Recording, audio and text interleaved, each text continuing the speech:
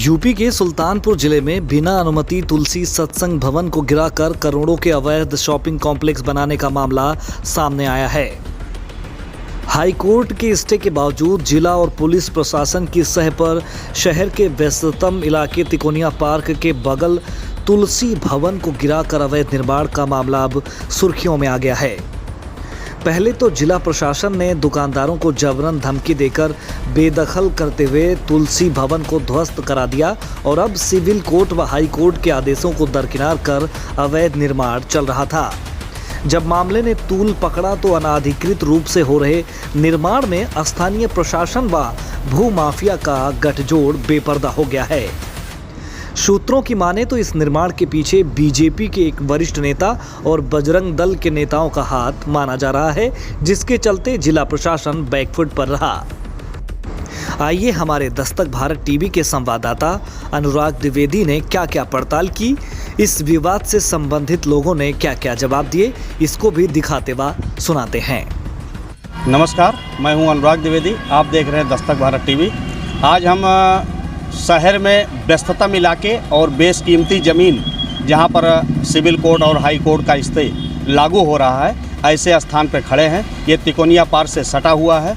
ये तुलसी सत्संग भवन के नाम से जाना जाता है। वर्तमान में इसे मौनी मंदिर के नाम से प्रचलित ज़्यादा है।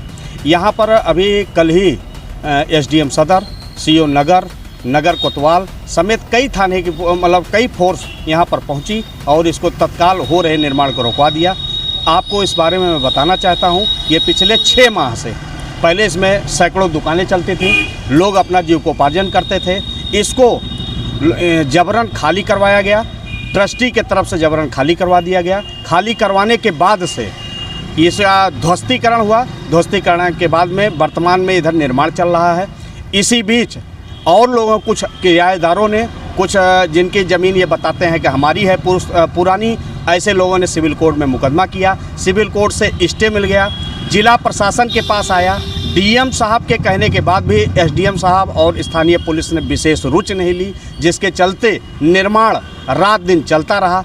अभी हाल ही में 2 दिन पहले हाई कोर्ट में आरटीआई एक्टिविस्ट व वरिष्ठ अधिवक्ता रविंद्र प्रताप सिंह ने जनहित याचिका दायर कर इस मामले को उठाया, तो वहाँ से भी तत्काल रोक लगाने के लिए डीएम के पास पत्र आया, स्टे हुआ। तो कल जो है इस पर आके सभी लोगों ने रोक दिया। लेकिन इसके बारे में मैं बताना चाहता हूँ, यह गिरा करके, ये मंदिर का भवन था, यह गिरा करके शॉपिंग कॉम्प्लेक्स बनाने की मंशा है। ये जिला प्रशासन इस पे मौन क्यों है, इसके बारे में मैं आपको बता देना चाहता हूँ। एक वरिष्ठ भाजपा नेता व कुछ विहिप के लोग, बजरंग दल के लोगों का इसमें सहयोग चल रहा है। लोग निर्माण में भी लगे हैं। इसका बिल्डर्स को जो है दे दिया गया है बनवाने के लिए। ऐसी स्थिति में निर्माण को रोक पाने में किसी की ज़्यादा हिम्मत नहीं पड़ रही है। ये वरिष्ठ भाजपा नेता, आपको बता दें, इसौली विधानसभा के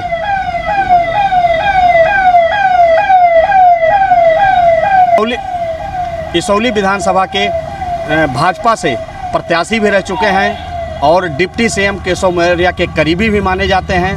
और इस पता ये भी चला है कि एक एनजीओ भी तैयार किया गया है, ट्रस्ट बनाया गया है। उस ट्रस्ट में आशीष पांडे संभवतः पदाधिकारी हैं, और भी लोग क्या हैं, किस आधार पे इस निर्माण को करा रहे हैं। जहां तक प्रशासनिक जानकारी मुझे भी है कि ये अभी तक इसका नक्शा भी विनियमित महकमे से पास नहीं है। लेकिन अभी हम प्रयास करते हैं आरटीआई एक्टिविस्ट रविंद्र प्रताप सिंह से भी बात करने की, और जो इस ट्रस्ट के तुलसी सत्संग समिति के जो मुखिया हैं या जिम्मेदार हैं, उनसे भी बात कर हम आप लोगों को जानकारी देंगे।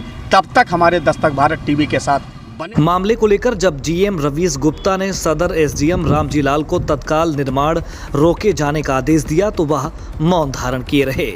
लेकिन जब इस अवैध निर्माण मामले को हाई कोर्ट ने गंभीरता से ले लिया तो इसका रुख भांप जिले के अफसरों में हड़कंप मच गया।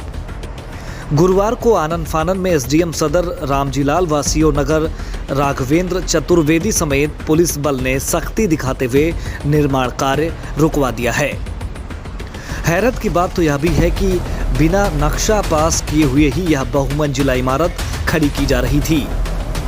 आपको बता दें कि एसडीएम वित्त एवं राजस्व उमाकांत त्रिपाठी ने शासकीय पत्र जारी कर एसडीएम सदर रामजीलाल की भू माफियाओं से संलिप्तता को उजागर किया था, जिसके बाद भी एसडीएम नियमों को दरकिनार कर अवैध निर्माण को बढ़ावा देते रहे।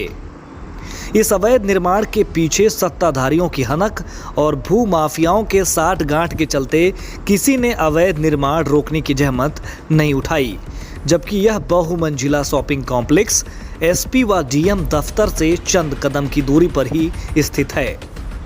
बहरहाल अब देखना यह होगा कि यह अवैध निर्माण अस्थायी तौर पर रुका रहेगा या फिर कुछ दिनों बाद शॉपिंग कॉम्प्लेक्स बनकर तैयार होगा।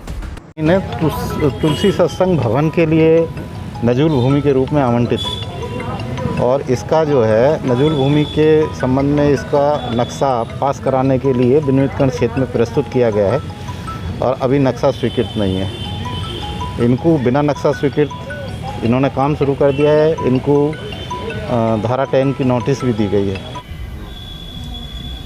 रविंद्र जी, पता चला है तुलसी सत्संग भवन को लेकर के आपने कोई रिट हाई कोर्ट में की है, उसमें क्या आदेश हुए हैं, क्या मामला है? तो 13 अप्रैल 2021 को हम लोगों ने एक PIL जनहित याचिका दायर की ऑनरेबल सुप्रीम कोर्ट में, हाई कोर्ट में।